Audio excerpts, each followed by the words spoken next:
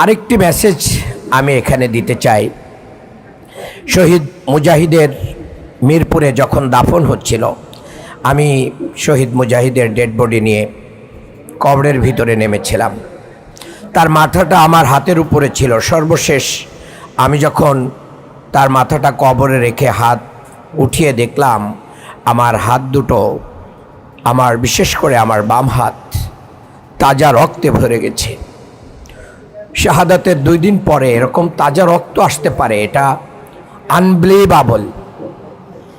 এগুলো আমরা দেখেছি। শহীদের বাবা বলেছিলেন যে শাহাদাতের অনেক দিন আগে থেকে আমি স্বপ্নে দেখতেছিলাম তাকে পিটিয়ে পিটিয়ে হত্যা করা হচ্ছে।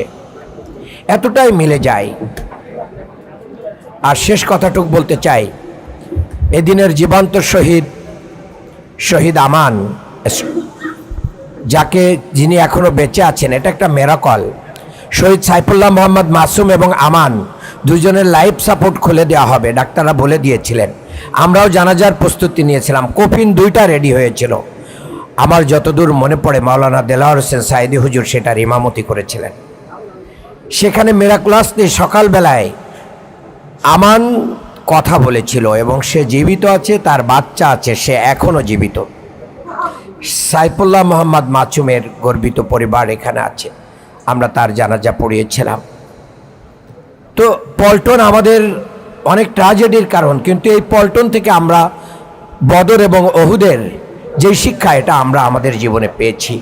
আজকের এই দীর্ঘদিনে আমাদের এই মামলাগুলোকে যারা শেষ করে দিয়েছিল, আমি বর্তমান অন্তর্বর্তীকালীন সরকারকে বলতে চাই, এই জঘন্য নৃশংস হত্যাকাণ্ডের সেই খুনিদেরকে পুনরায় বিচারের আওতায় এনে এই মামলা পুনরুজ্জীবিত করতে হবে। আমরা বাংলাদেশে আর কোনো ফ্যাসিবাদের উত্থান দেখতে চাই না। শেখ হাসিনার যত ফ্যাসিবাদী কার্যক্রম, গণহত্যা হয়েছে, সকল গণহত্যার বিচার করতে হবে।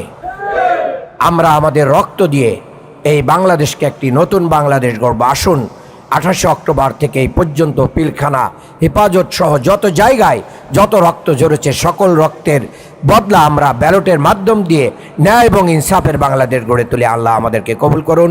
আসসালামু আলাইকুম রহমতুল্লাহ।